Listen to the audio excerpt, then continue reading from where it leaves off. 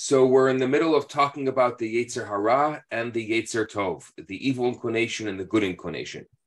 Now, a name that's often used, and we've used it before in this context, is the idea of the animal soul.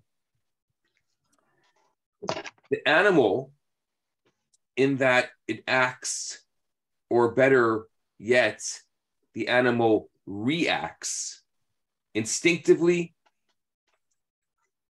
reflexively similar to the rest of the zoological kingdom.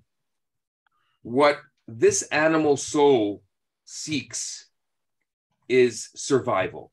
It seeks the perpetuation and the desire of self. It just cares about itself, and that's it.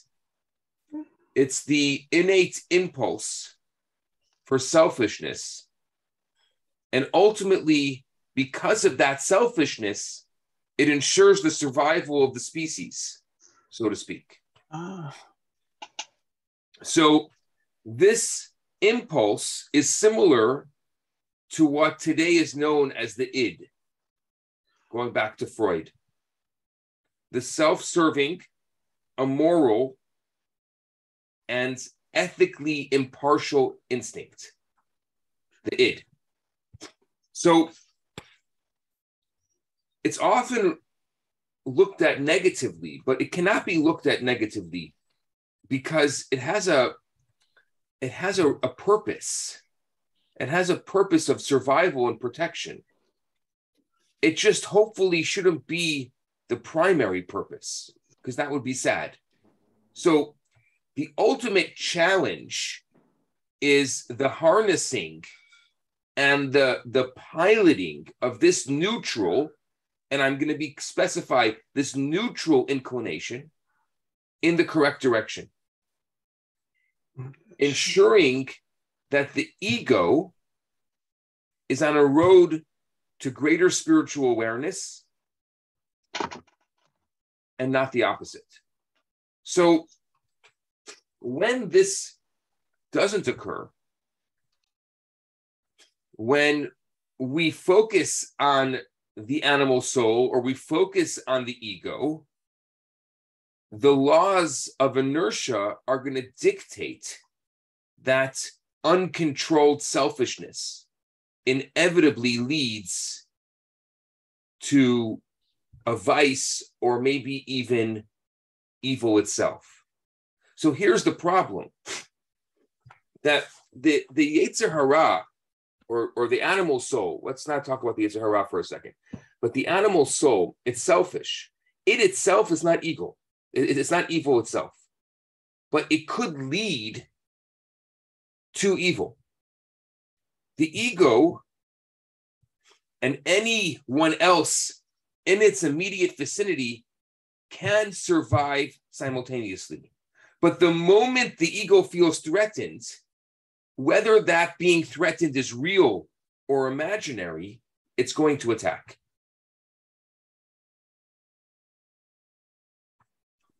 Let's give an example. The drive to go out and make a living is a positive thing. Provide for oneself, provide for one's family. The trouble is when going out to make a living is not properly balanced with a personal life, with a family life, with the purpose, which means if the goal in life is to go out and make a living, well, that's sad. But if you're going out to make a living to provide a life for those who you care for, well, that's amazing. So the drive of the animal soul that drives you to wake up in the morning and go out in pursuit of a livelihood is a positive drive. When used in a positive way. But when we're one-dimensionally self-centered, our relationships with others can become abusive. Our business dealings can become exploitative. So what begins as a neutral drive can end up as a source of negative and destructive behavior.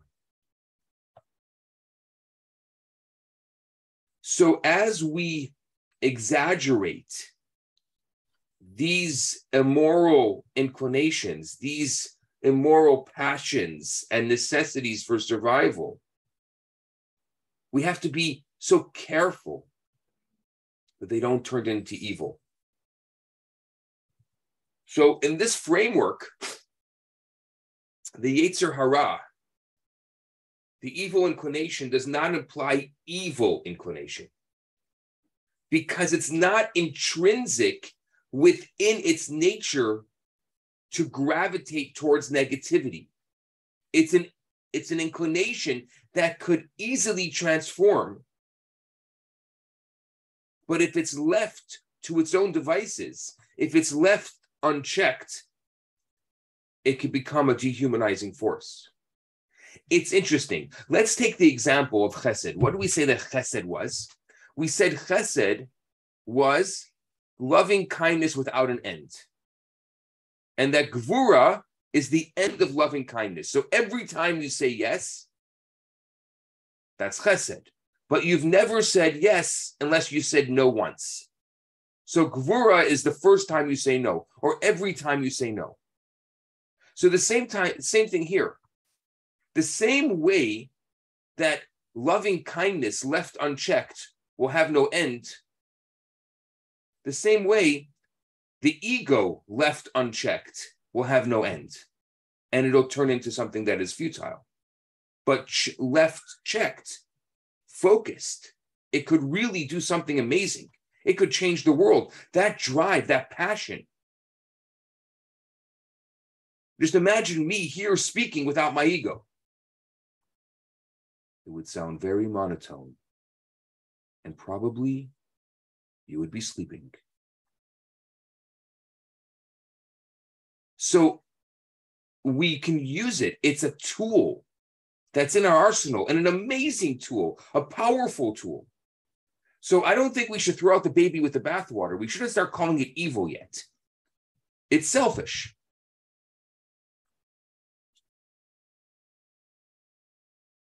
And the fact that it's selfish, it has to be checked. It has the ability to build, and it has the ability to destroy.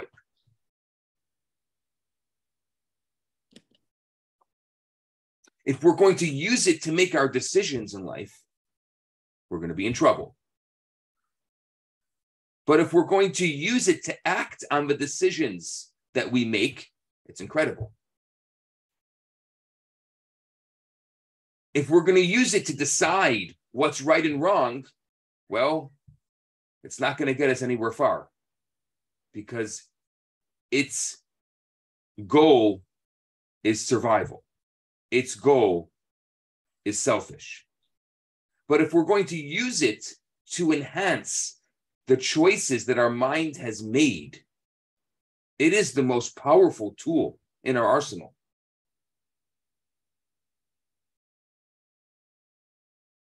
Do you follow the difference?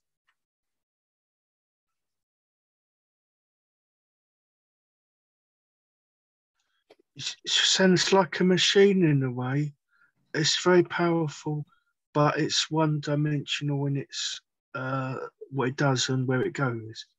So a really fast horse, and you either steer the horse to good or to bad, but you sort of don't let it steer itself because it might not know as much as you as the driver, sort of thing. Julian, that's a perfect example. The horse or the machine is a great example. Imagine if you just let the machine go by itself, or if you let the horse go by itself. Great example. Sorcerer's Apprentice. Yeah. Shayna? Hi. Hello. Hi. What are you asking? I don't know. You unmuted yourself, so I figured that you had something to say. Oh, no. I'm sorry. No. No problem. Jill? Yeah, I was wondering, is it about motivation?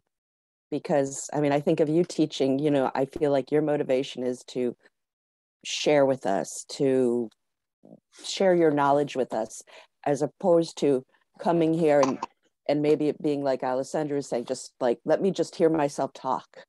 Let me, you know, just, it's subtle, but it feels like that's a part of it. Actually, if you want to know the secret, my motivation is to hear everyone else talk, because I'm fascinated. No, really, I'm fascinated by all the different perspectives. I mean, I would have never thought of the horse or the machine as an example to describe the animal soul. So what you can provide, or what all of us together can provide, is so much more incredible than my monologue. And I see that so often, where I'll plan something and I spend a lot of time planning a class, and I get so amazed by how once we're here sitting, how powerful that is. So if I let my animal soul just decide, yes, I want to go, and everyone's got a shush, and I got to teach a class, then you know what happens? Two things happen. Number one is the people who are sitting there don't have an experience. And the person who's giving it doesn't have a feeling either. So what did we do? We didn't transfer information. What we did was we just threw sparks out at people. It's like the chachma, using chachma. We're throwing sparks out at people. One of the things that I've learned, and I've learned from you, from all of you, is I've learned the power of letting things land and allowing time to process things. And I've totally changed the way that I teach as a result of that. Now, I want to give as much time as possible. I used to want to fill these classes with as much information, feeling like if we're going to spend an hour together, it's my responsibility to spend every second and give you as much, like you said, just teach, because that's what, but then I don't give you any time to process. So I'm throwing chachma sparks and not allowing the bina to happen. Not allowing the processing. Right. Yeah. I still think, though, when I go back to motivation, I still think whatever your previous style of teaching was, there was still the motivation was to share, to enlighten, to bring us together. Whether like that feels like it's just some technique and some pieces that you've now adjusted. I'm going to challenge you on it, because it's something I've thought about. Let's pretend we went back to the old way for a second. It was just about sharing. Yep. And just about bringing us together. What is the experience? If I came to this class with all my passion and all my motivation to share, what do you get out of it? What is your animal soul saying? What is my animal soul saying? Yes. What is your selfish, egotistical animal soul saying when you're sitting in a class and someone's speaking at you? What am I getting out of it? What am I getting out of it? Where's my voice? Sometimes, though, it's like incredibly inspiring, and so I am getting something out of it. So I'm not sure. But then you've answered your own question. Say that. Explain, Shana. Yeah, what do you mean? Well, I mean, of course you ask that every time we come together. We're coming to get something, right? Coming to learn something different, something new, to inspire us. And when we feel that we aren't getting it, then we feel disappointed. When we feel we're getting it, then there's a fulfillment. It seems like this is something you were saying as a teacher, you feel more fulfilled when you get the feedback. You get feedback, maybe even unexpected questions or answers that other people can provide you. So that's a two-way street. One of the things that I think, and I want to bring Cheryl into the conversation in a second, but one of the things that I think is so important is we're not spiritual people having a spiritual experience. In every physical experience that we have, even if it's an uplifting experience, even if it's, as Jill puts it, a motivational experience, there needs to be something there that we can keep the ego in check and say, ego, don't worry. We got a little treat for you, little doggy. We got a treat for you.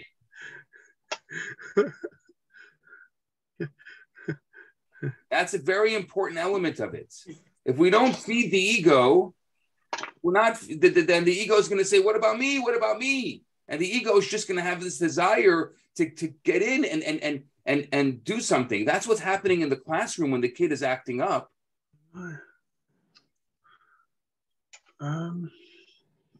Cheryl.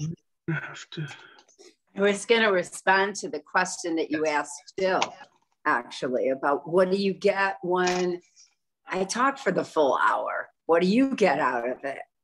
Well, we get a whole bunch out of it, really, we do. But as you said in another class, we don't have time to process it.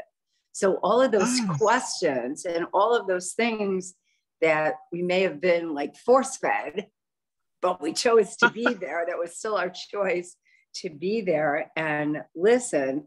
We got things out of it, but it was so, oh my God, I can't remember who you did this to. Was it Jill or somebody in the Hay class on Monday night? And they asked a question and you said, you threw it back at them. You said, what do you think? And I'm thinking, okay, this is shrink talk now. You didn't give them the answer. You made them come up with the answer. And yet you said, that's how you learn. If you didn't come up with the answer, I would have helped you get to that answer. But the process of taking it all in was very different than just listening when she was involved in experiencing her own revelation of what the answer to that question was. So I appreciate that you do that. We don't always have to say something. To Alessandra's point about the saying something positive in your meeting, and I'm thinking, I'm sitting here in the States. I know a lot of you are in Canada, and talk about our government being a mess. It's a mess. So we either have a lunatic on one end or we have somebody that's not quite sure. So does that mean that they haven't grown? Is it still all about ego? Even our political leaders. We know for sure our last one was, he wanted to make it dictatorial. What can we as people do to enlighten the other followers? We're not going to change that leader. He's too motivated by power, money, whatever. What can we do to change the climate of enlightening people, that there's more than just power, ego? I think that this conversation, going back to the ego, is such a powerful conversation. Because if you walk into a conversation thinking you're going to change someone's mind, then you made the biggest mistake before you even started. We're never going to change anyone's minds. And that's not why you're going to have that conversation. That's such it's an elementary way of looking at the world. But what we can do is we can uplift every experience that we have. But we have to be careful because we're not spiritual beings in a spiritual world. We're spiritual beings in a physical world. So every time we uplift the conversation, we have to give the doggy a bone. We have to say to the animal soul, you're here too. I see you. I see you. You're okay. So how that translates itself into the conversation is that you have to give space for the other and truly give them space. And I've said this before, but one of the things that is like what I've been working on over this past year, every year, I when it comes to a birthday, when it comes to my birthday, as my birthday is coming up, I think about it. I think about what are the traits that I'm going to work on this year. So last year, one of the things that I worked on is I found I used to not be listening fully to people. I used to be listening half, and I would be formulating the question or the answer. When someone asked me a question, I was formulating the answer while they're asking it. So I'm like not really listening to them. And so one of the things that I really tried is to change that, is that when someone's speaking, I'm there. I want to listen to what you're saying. And it's hard because sometimes I have to take 30 seconds after they ask the question. I can't just jump into the answer. I have to listen because I was listening, and now I will take my 10, 15, 20 seconds to formulate my answer. And that's a very, very big difference, because then we were there for each other. It's a real conversation. It's not, what am I going to say next? It's, what are we doing here? This experience is a real experience. This moment is a real moment. And this exchange is two souls, or for that matter, all the souls in the room here, having a soul connection, because we're all here with each other, not worried about what's going to happen later, not worried about what happened before, but just being here in the moment.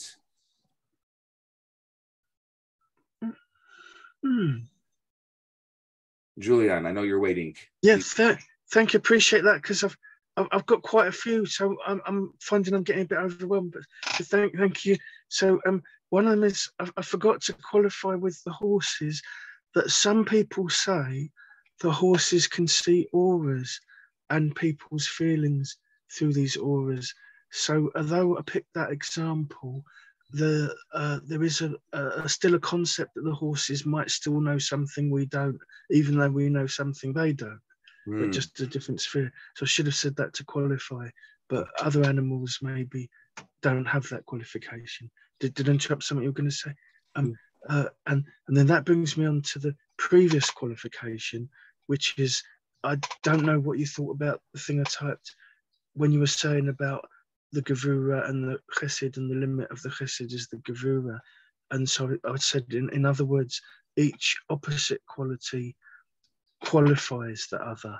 So one Sephira qualifies the one it's paired with or paired against if you're not integrated with your characteristics. Would you agree with? Well, it's a triangle. So we're paired against it, but what we're looking at is that third one. Like if you're talking about Chesed and Gevura, we're looking at Tiferet, because Tiferet is the fusion of the two.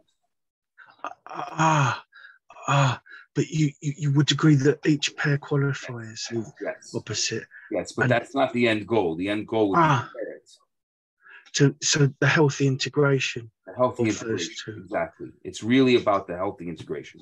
Absolutely. Thank you for confirming that. And the next one is to do with the ego. I do apologize if I haven't taken in every aspect, but I was getting to the point where I couldn't mentally I was too full up mentally to juggling the concepts. But with the ego, and you're saying that you have to feed the ego with everything, you have to give it something. I don't know, I hope this isn't a disrespectful question, but in the Torah, a lot of the commandments to say, do this, do that, but you often think, well, what is it that you're giving to the ego? In other words, it's a grand ideal a lot of the time, but sometimes you might think, well, how does this speak to you? In other words, how do you give to the ego from the Torah? It doesn't seem always that it's communicated in a way where you can see that little bit to the ego. It's hard to see that a lot of the time. Yeah. I'm going to challenge you, Julian. I'd like you to take a look at the 10 Commandments. And if you look at each commandment, you're going to find that each one of them has a little bone for the doggy. You want me to do it now or something? You can do it later. I'm just giving. So it's very, without looking at it in context, it looks like it's just commandments, but they're not.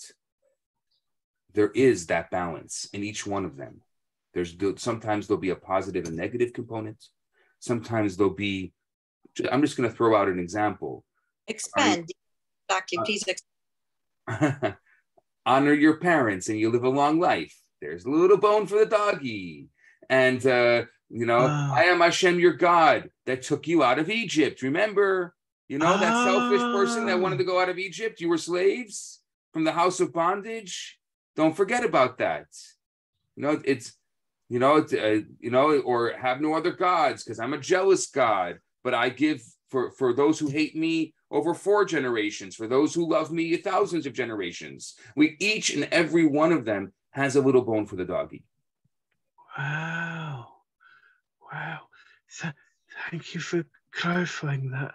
I'll tell you the next one, unless you were going to say anything else, but I hope it's not rude for me to ask, but I hope you got a rest from your airplane. And I sent you another email, so I was just wondering if you've seen it in the previous ones, or if it's... I'm gonna look at it. It's on my list to do today, to look at all the emails. Well, thank you. Thank you. Now my head is empty again. Thank you. Mommy, you've been waiting. Yeah. So this is awesome, because I listen to your parashat every week, right? So God can only give us good things. He cannot give us a bad thing. So in last week you say, I forgot the name of the parasha, but you said, in order to fulfill our purpose, we must reach our optimal. How can I say it? Our optimal level. What can we achieve? So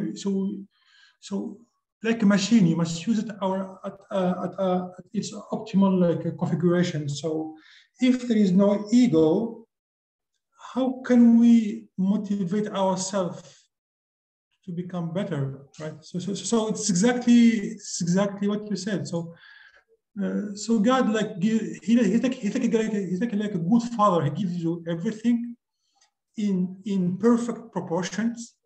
So it's up to you to use them correctly. Thank you. I'm not sure I understood the question, but it seems like that's exactly why we need the ego. Yeah, that's exactly why we need the ego. So it's more of a statement that you're saying. Yeah, it's exactly. No, I'm saying I cross-checked what you said, and it makes sense. Oh, okay, good. Okay. Because we have to understand. So it's exact. So to reach our optimal, it's like a machine. We said to reach its optimal state, or to use it optimally. You must have motivation or something to get from a lower state to a higher state. And ego, it's exactly that. So it's exactly what China said. What I'm getting out of this, what I'm learning here.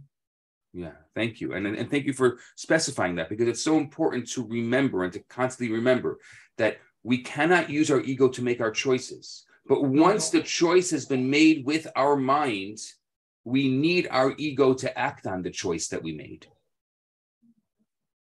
That's called giving the doggy a bone. That's called keeping the ego in check. Exactly. It's beautiful, like passion, dedication. Once you have... And going back to the machine can do the work for us, but it can't invent the work.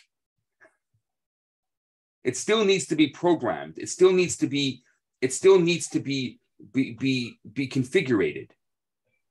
And that's exactly what the ego is in relationship with the machine. It needs to be programmed and configured. And then it could do an output of something incredible that nothing else within us can do. That passion, that enthusiasm, that excitement that the ego brings to the conversation is so much more powerful than any other part of us. But it's only the machine, using Julian's example. But you said even something more powerful. You said this is part of it, but also we must not waste our time. Time, you cannot I mean, if we are here in this world, we have to make use of our time in a perfect fashion. And ego is one of the elements which, I mean, which will achieve that. Yeah. Yeah. And I'll give you another example, because we're going back to the formulation of this class. You know, some of your egos, when you hear someone else speaking, you're going to say, oh, well, just stop with all the questions and just let the rabbi speak. And why is everyone, I mean, this is obvious. Come on, let's move on. Let's move on. To which you can say to your ego, no, this is the class. You see, this is that person processing. So it's my time to process now as well. By listening and by engaging with this, instead of just moving on, more information, let's just do more, we have the ability to say to our ego, this is processing time.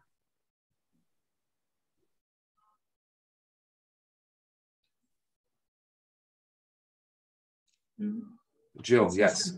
Can I challenge you on that? Yes. Because when I first was introduced to you through your podcast, you know, before these classes, I would sometimes listen, and there would be some people, usually it was one, and of course I'm just listening, I don't know who these people are, and this person's ego would have just taken over, and I thought really kind of hijacked some of your classes.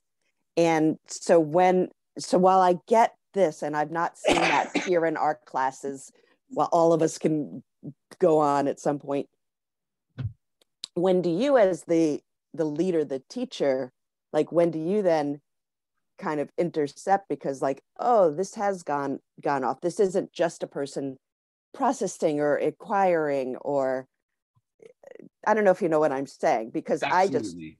I just found some of those classes, I was like, man, this person's going on for 20 minutes. You got to stop, So that's just. So then I don't remember that specific class, but then I'm not sure what I did. But today, if the person stays on topic, I would say then it's processing.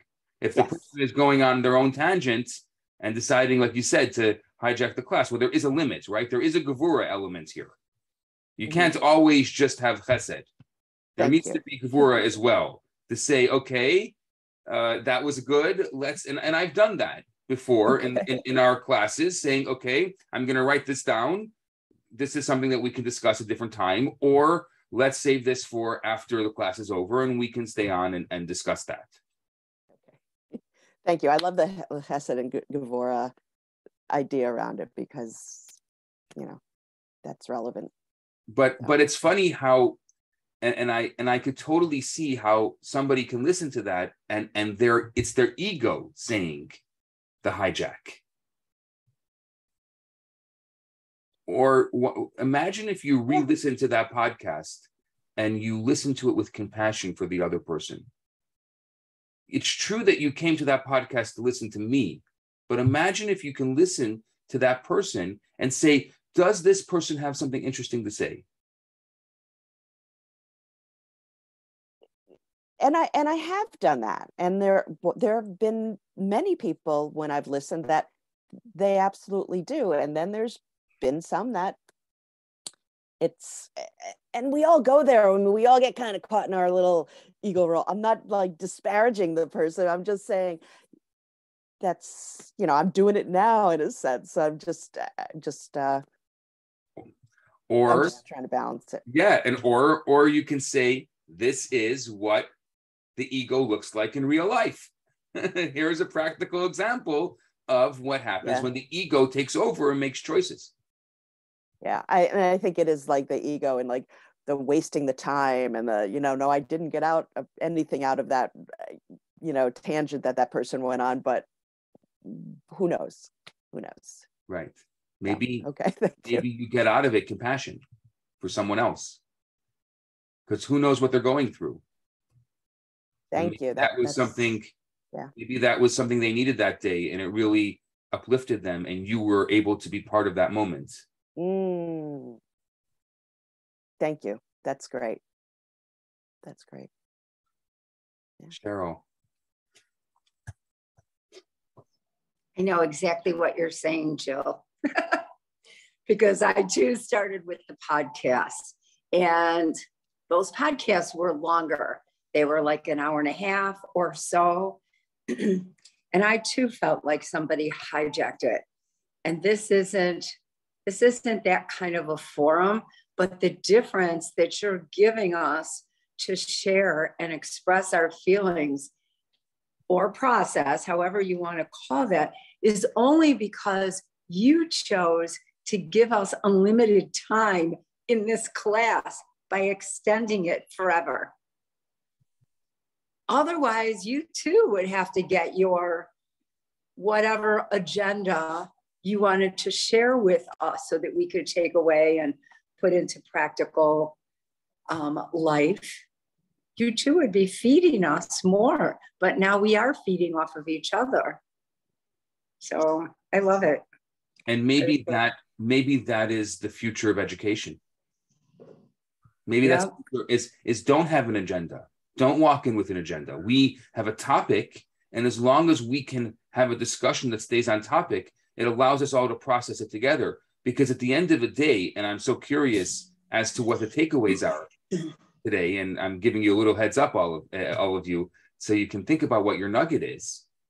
But maybe the nugget is much more profound than the nugget. I'll give you an example. I prepared the class today, and I have some notes that are sitting in front of me. And let's say I have a page of notes. Well, today, as you can imagine, I didn't even get through any of the notes that I prepared today. I'm still only halfway through the page of notes I prepared 3 weeks ago. So last week's class, I prepared some notes. I didn't get through any of those. I'm still on 3 weeks ago class. Now you can say, oh, well, we want to know all of that. Or you can say, as you said, Cheryl, we gave ourselves, a limited amount of time a week, but we gave ourselves an unlimited amount of time to get through this material. So should I be upset that I am now still on material that I prepared 3 weeks ago? Absolutely not. Because this moment that we could get together, this was a moment of souls being able to share and come together and have this time. And it's more inspirational and motivational and uplifting than me just making sure I got through the notes that I prepared. And that's me. And I'm just being honest. It's me having to put aside my ego as well. Shayna, you're muted. No, here. We can't hear you. Unmute. I'm unmuted now. Yeah. I wanted to reflect on your comment about what the future of education can be, because that's something I know about a little bit, because I was a teacher, classroom teacher for a long time, and I always had my lesson plan in hand, and it was like, give the comparison, my Bible, and we all had to have a lesson plan, and sometimes the lesson plan wasn't even ours. It was dictated from the top down what that lesson was going to be that day, and even scripted. That wasn't very good for the teacher or the student, but when things would just sort of go off the track, so to speak, those were the most interesting times for all of us. And those are those moments you call those aha moments. And I keep getting those aha moments here in so many ways that, it doesn't, I'm glad you have a script or something or prepared, where you're going, but I'm glad we go in different ways. We get there. Yeah.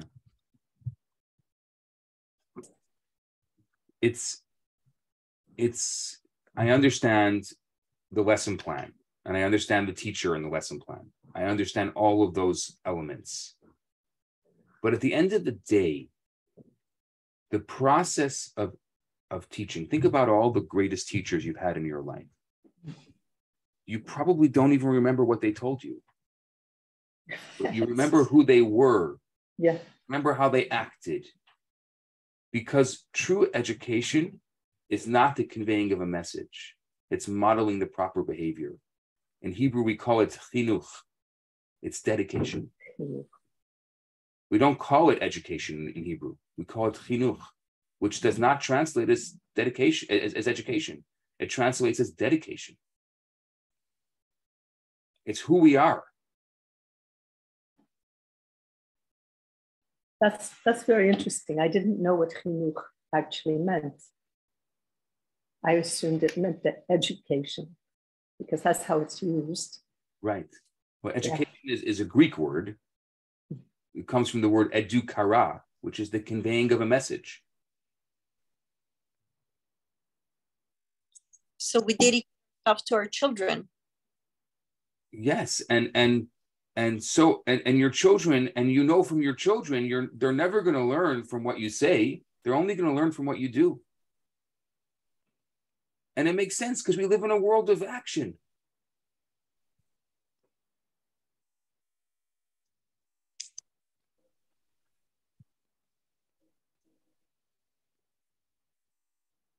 Absolutely. Alessandra, why don't you start as we come to a close today? What are you taking home, and then you can pass it off. Well, I when you were saying what we get from teaching, in my short-lived teaching experience, I've learned a lot because first of all, I had to prepare,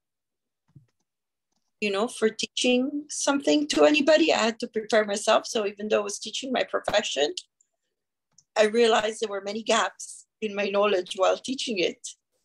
And so I learned, and you always tell us that to teach someone else, we learn to appropriate the knowledge. So I'm guessing that while you're not moving along very fast, thanks to our processing, what's in it for me, it's all that processing also helps you as a teacher. I'm not speaking about you specifically, Rabbi Israel, but like you as a teacher, it provides that deeper understanding of what it is that you're supposed to know and teach to others. So I find that brilliant, and I love the conversation about ego because, but when other people speak, and sometimes you're like, oh, come on. You should know that by now. It's something that I experience a lot in my head. And thanks to our classes, I'm much more able to tone it down and to let people experience that. And mind you, when you listen, actually, you catch something that you may have been asking yourself as well. So, just listen, savlanut, patience. So thank you for this reminder today. It's very helpful. I want to add to what you're saying because it's so powerful. When you see something that bothers you in someone else, according to Kabbalah, it's a mirror of yourself. And it's something you need to focus on and work on. If it's annoying you and someone else, the same way a relationship is you finding a similarity in someone else. And that's how you're able to be in a relationship, because there's a part of you within them.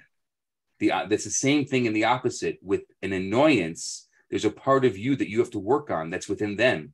And they are helping you by showing it to you through themselves. It's a learning experience. So thank you. You want to pass it on, Alessandra?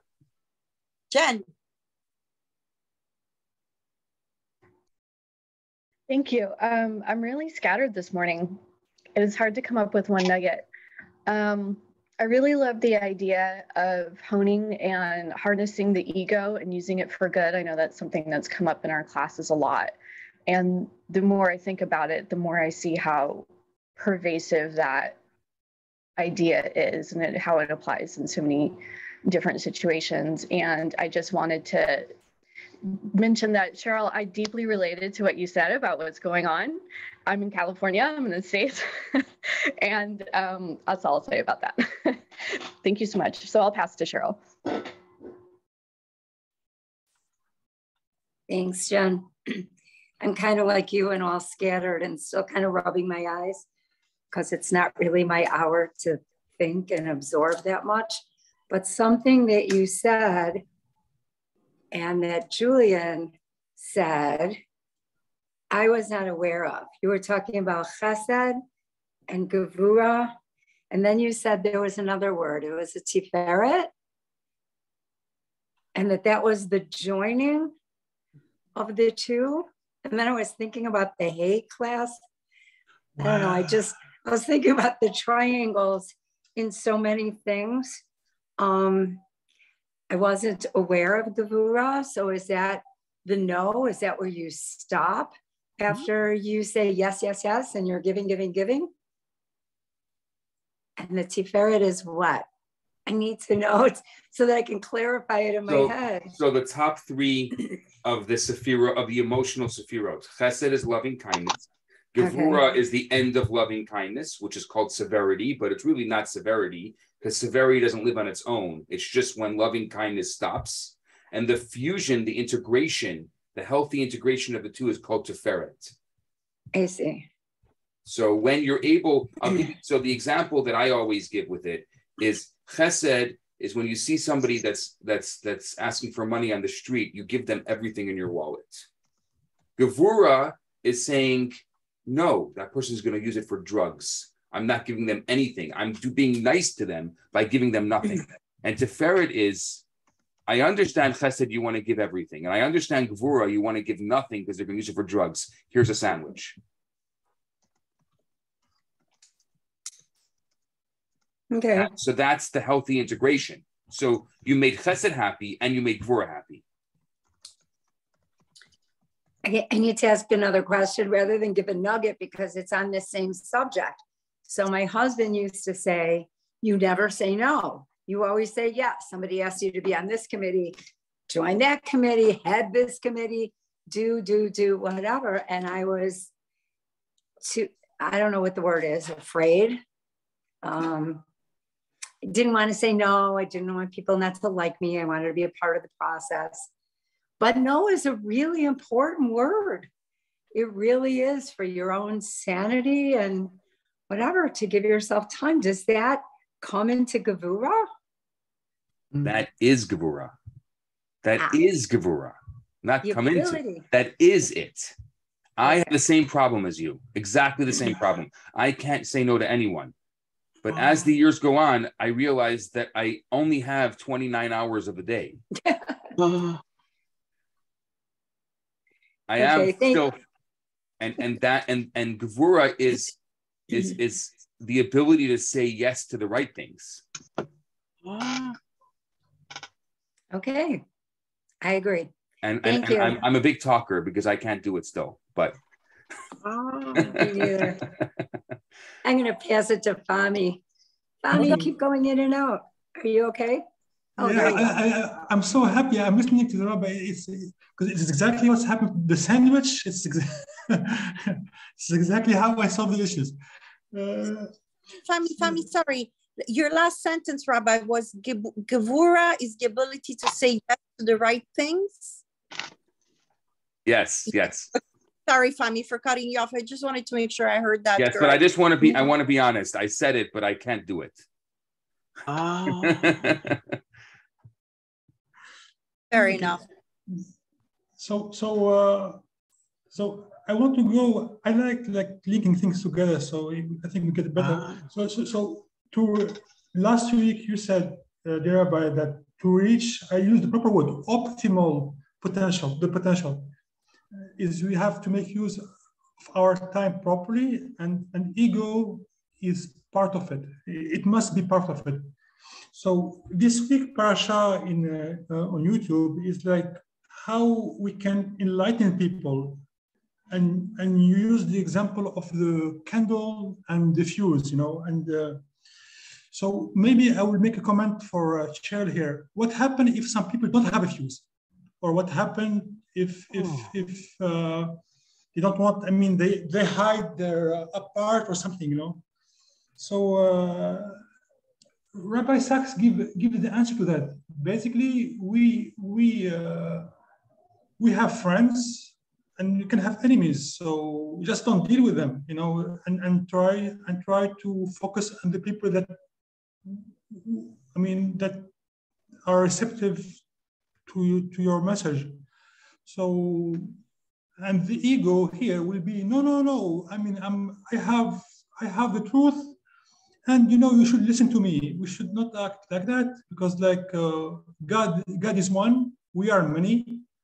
We can have enemies and friends. So if we have friends, we deal with our friends, and we leave our enemies the way they are. Maybe they will change one day, but if God creates them like that, he have a reason for it.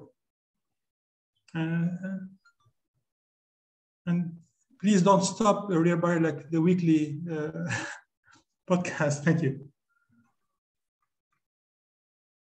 You want to pass it on? Let's see. So maybe Julian, because we got here. Thank you. Again, I've got myself a bit overloaded with thoughts, so do apologize. But the one thing I was thinking was this chinuch, I don't know if you said that the meaning is dedication. Yeah, you said the meaning is dedication, but is that also the root of the word, or is there a different root? Or because I saw that you posted about Hanukkah. So yeah. Chinuch and Hanukkah have the same root, which is Chanu. And does that mean dedication? The root that means dedication. Oh, that's brilliant. Is that related to Hannah, by the way? Yes, Chana, no, not directly, but that's why the reason why it's called Chanukah is because they dedicated, or also Chanu means to rest, but they rested and they dedicated on the 25th of Kislev. So Chanu Chafhei.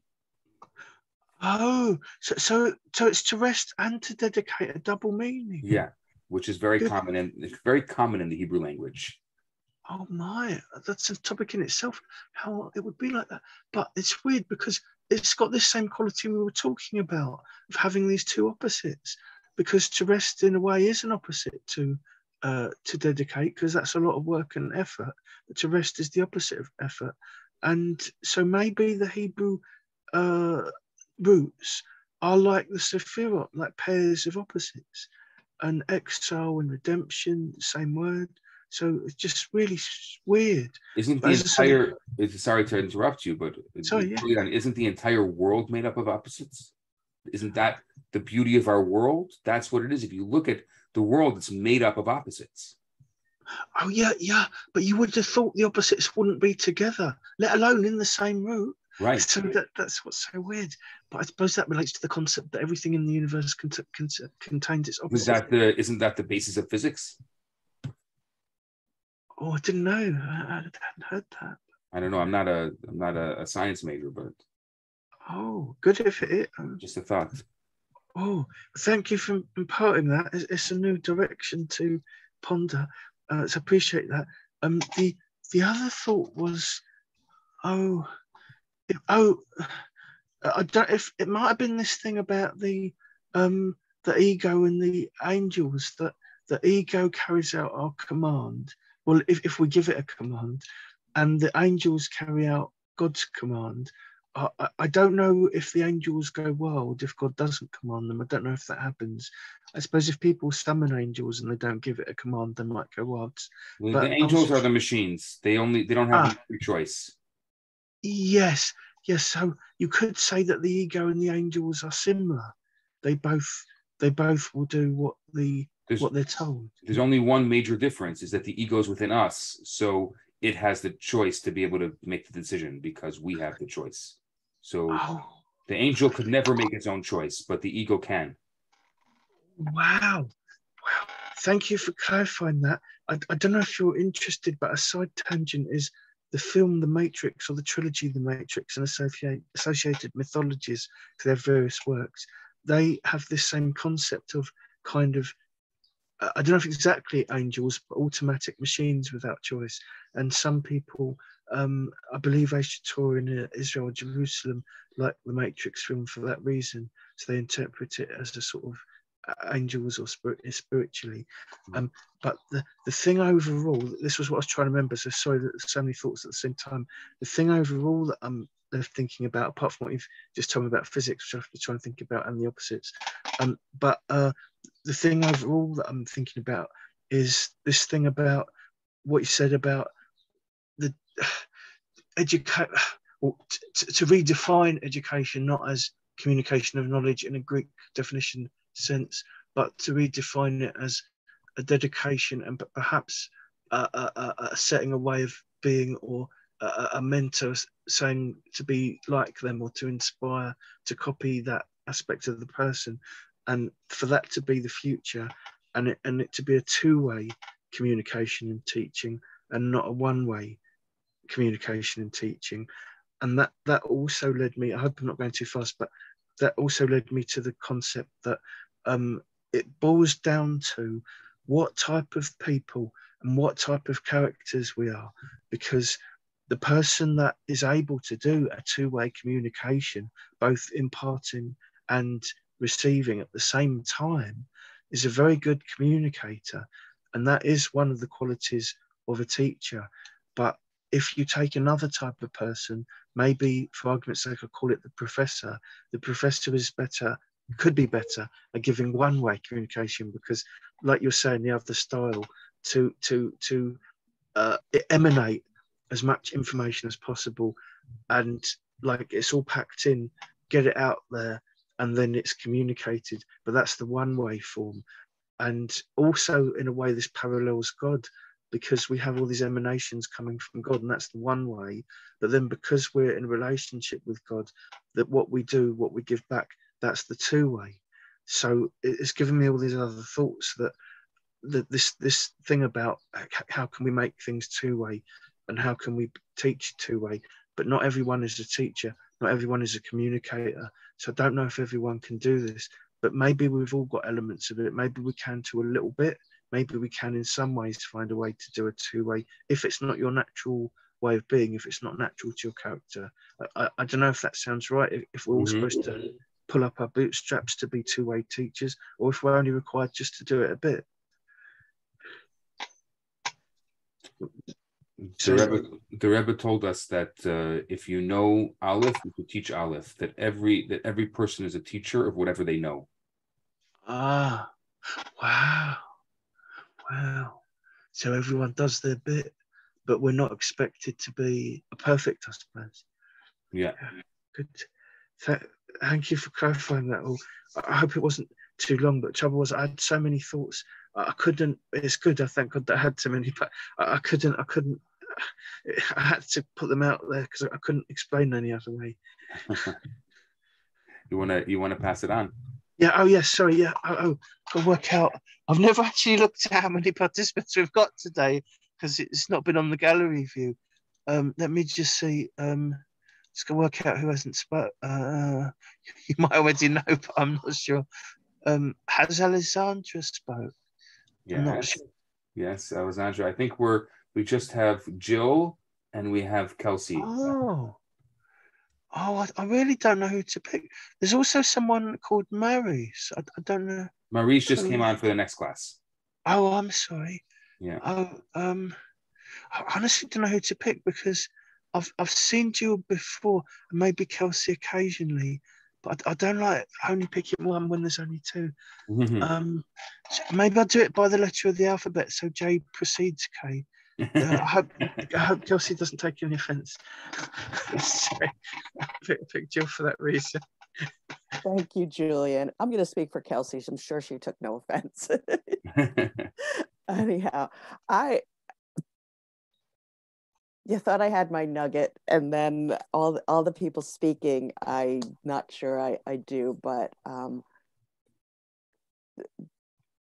you've just given me so much to ponder in this class. And when Julian was just speaking, and then you talked about the opposites, and it just, I've got a history in Chinese medicine, and I think about the yin and yang symbol, and you can't have one without the other. There's the little dot of yin in the yang side, and then there's the dot of yang in the yin side. And if you look at the time of day, and high noon is like the ultimate yang, but is it really? There's never a time where it is. It's always shifting. We always can, if we use science, going down into these atoms getting smaller and smaller. So just the flow.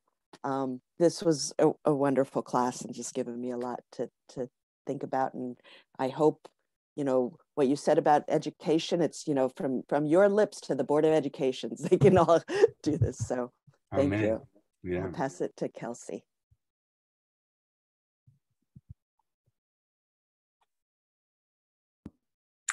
Thank you, Jill. I did not take offense to any of that, Jillian. I really do enjoy your perspective.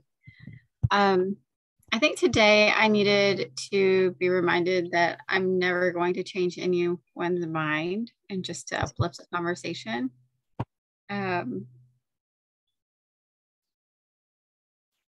I'm going to go read the 10 Commandments and see how the ego is incorporated to all of that. I really enjoyed that question. So thank you, everyone. Thank you, everyone, for being here and for sharing this space. And I know that we keep on going over a little bit into our Talmud class, but it's about the space, and it's about everything is meant to be. So for those of you who are joining me tonight for the final meditation class, if you haven't joined us, you're welcome to join us. Tonight's the final of the series of the meditation classes tonight. So if you would like to join, just let me know. I'll send you the link. And what time is it? Is it 7:30? It's 7:30. 7:30. Would you send me the link, please? Yeah, absolutely. Thank you. It's 7:30 Eastern time. Yeah. Right. And other than that, I would love to, for those of you who I don't have any new courses scheduled, so I would love to hear. And the last courses that I've been giving have come from really good ideas. So if anyone has any ideas for new courses and new ideas of like just doing like a 5-week or a 6-week encapsulation of something, I would love to take any ideas. It doesn't have to be now, but are you keeping up the letters? Do you want me to continue the letters? Yeah. I thought we were. I would like to. So then I'll do. Okay, that I'm going to need a few weeks to just prepare the next five letters. But then we'll do. Okay, so then we'll do another. We'll do the next 5 letters. That's a good idea. Wow. Yeah, Kelsey, that's a good idea. Sleep and dreams. Dreams. Okay, Yes. dreams. Yes. Very good. Okay. Yes. Let's do that.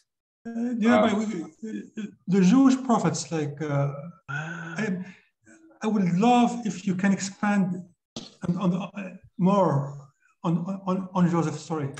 Okay. Yeah, that's a good idea. Maybe doing a deep dive into biblical figures. I like that. Yes.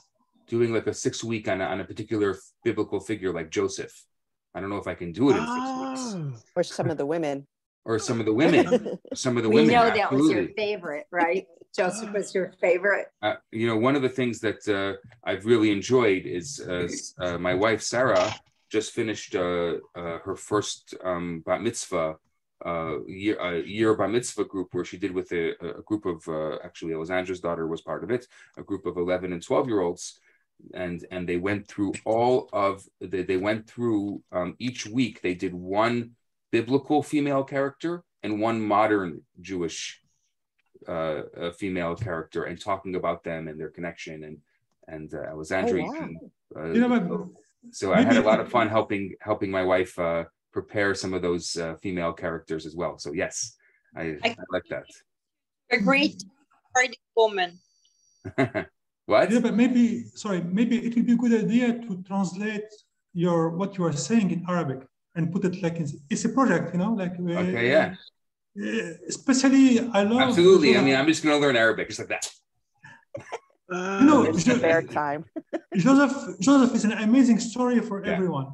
It is an amazing story, and Joseph is my favorite biblical character. So, not against any of the women, but represents as a metaphor, represents so much, and so that's an interesting idea of doing. Well, as you said, we should all teach what we know. That's right, and that would be a fun thing. Maybe we each prepare a character to bring, and we each do one.